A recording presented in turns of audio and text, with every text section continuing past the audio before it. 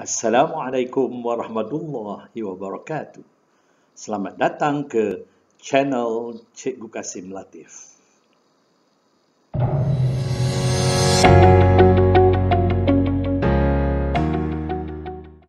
Tuan-tuan dan puan-puan, para hadirin serta adik-adik yang saya kasihi sekalian.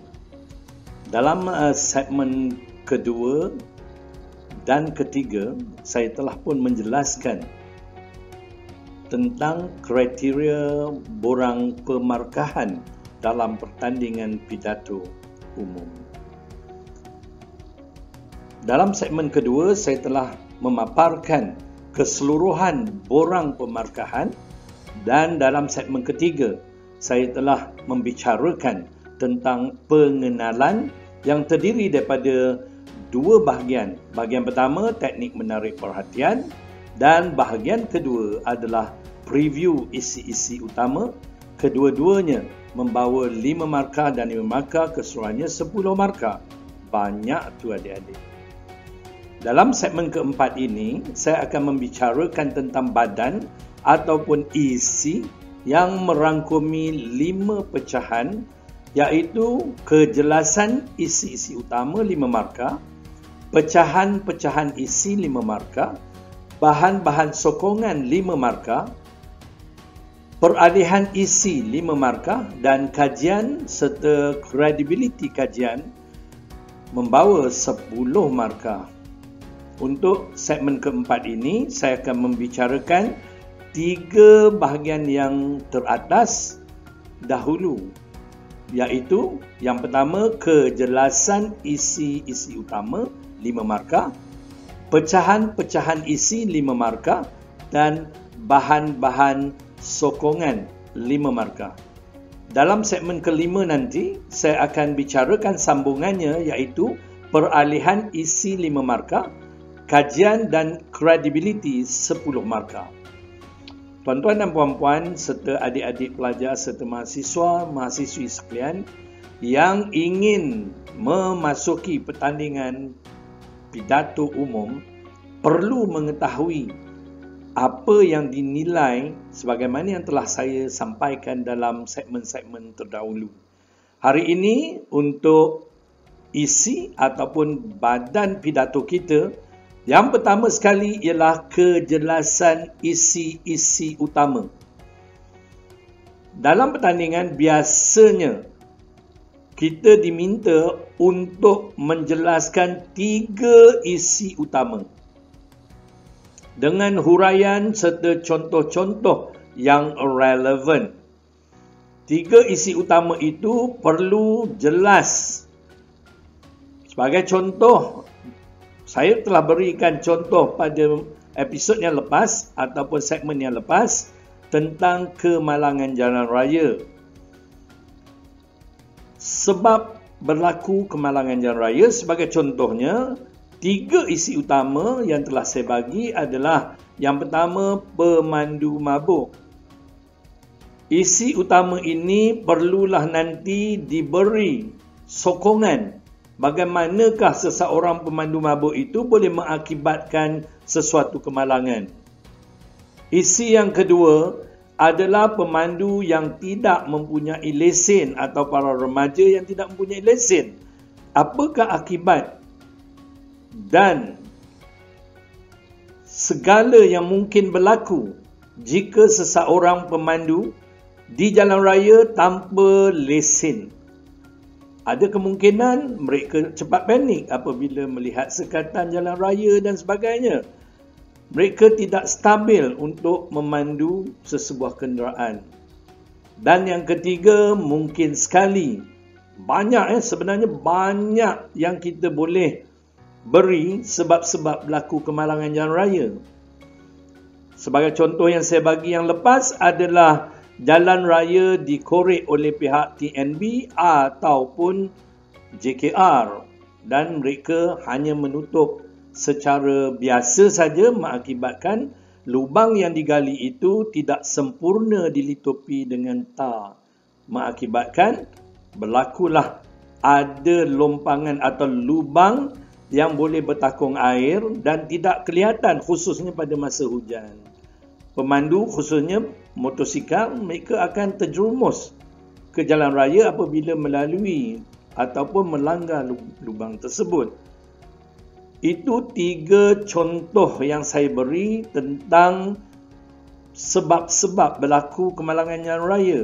Adik-adik, tuan-tuan dan puan-puan serta mahasiswa-mahasiswi boleh memberi contoh-contoh yang relevan, yang lain, yang lebih kuat untuk menegaskan sesuatu isu.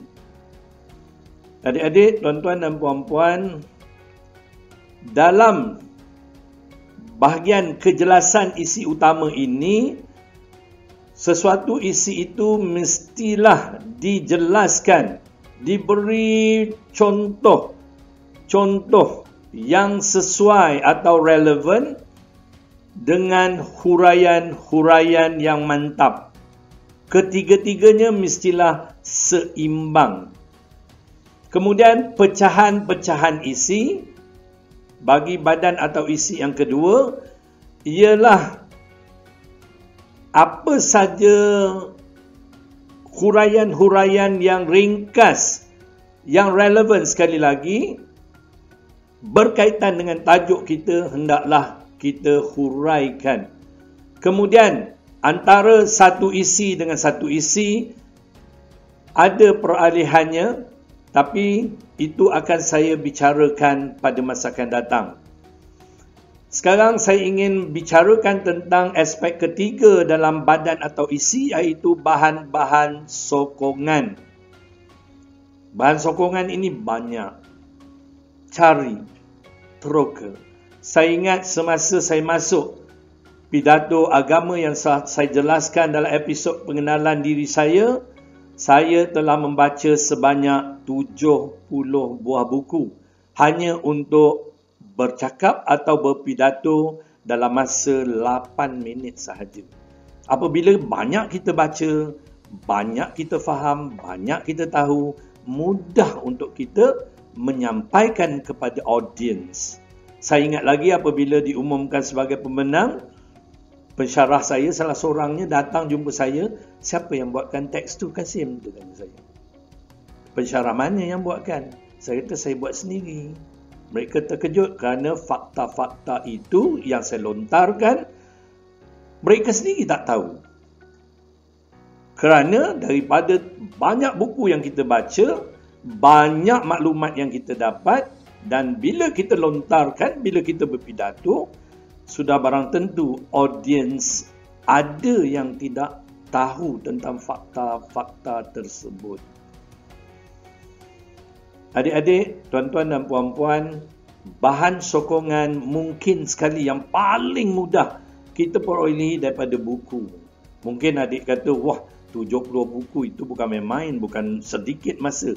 Bukan kita baca keseluruhan buku tersebut.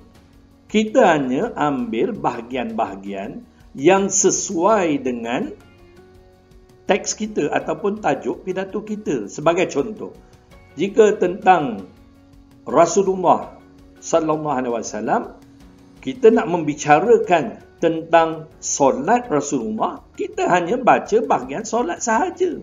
Bukan baca keseluruhan buku yang setebal 300-400 muka itu, bukan. Kita mungkin baca 3 muka surat saja atau 4 muka surat. Kemudian dalam buku-buku lain, rujukan yang lain pun kita baca kadang-kadang hanya 1 muka surat saja. Semuka surat sudah memadai untuk buku tersebut untuk kita mendapatkan bahan yang sesuai dengan tajuk pidato kita. Adik-adik, tuan-tuan dan puan-puan sekalian, bahagian peralihan isi dan kajian atau credibility saya akan bicarakan dalam segmen kelima. Untuk setakat ini, saya ucapkan ribuan terima kasih kerana sudi mengikuti channel Cikgu Kasim Latif. Semoga segala ilmu yang saya lontarkan kepada tuan-tuan dan puan-puan, adik-adik serta mahasiswa-mahasiswi memberi satu kesan yang luar biasa apabila kita mempunyai ilmu. Kita bercakap di depan audiens dan sekali lagi khususnya untuk pertandingan, kita yakin pada diri kita dan kita dapat melontarkan idea kita secara mudah tepat dan dapat mempengaruhi audiens, khususnya sekali lagi para hakim yang sememangnya mencari-cari keistimewaan seseorang pemidatu. Tuan-tuan dan puan-puan, buat julung-julung kali ini sekian. Wassalamualaikum warahmatullahi wabarakatuh. Sekali lagi, jangan lupa subscribe, percuma saja. Jangan lupa tekan tombol loceng dan share supaya ilmu yang saya sampaikan ini dapat kepada ramai orang dan dimanfaatkan oleh semaksimum rakyat Malaysia atau rakyat Nusantara yang berada di Indonesia, Brunei, Singapura, dan kalau boleh bagi saya dalam laman ini seluruh dunia manusia memerhatikan atau melihat, mempelajari sesuatu ilmu untuk kebaikan diri sendiri dan masyarakat umum ataupun untuk anak-anak masing-masing. Sekian, wassalamualaikum warahmatullahi wabarakatuh. Terima kasih.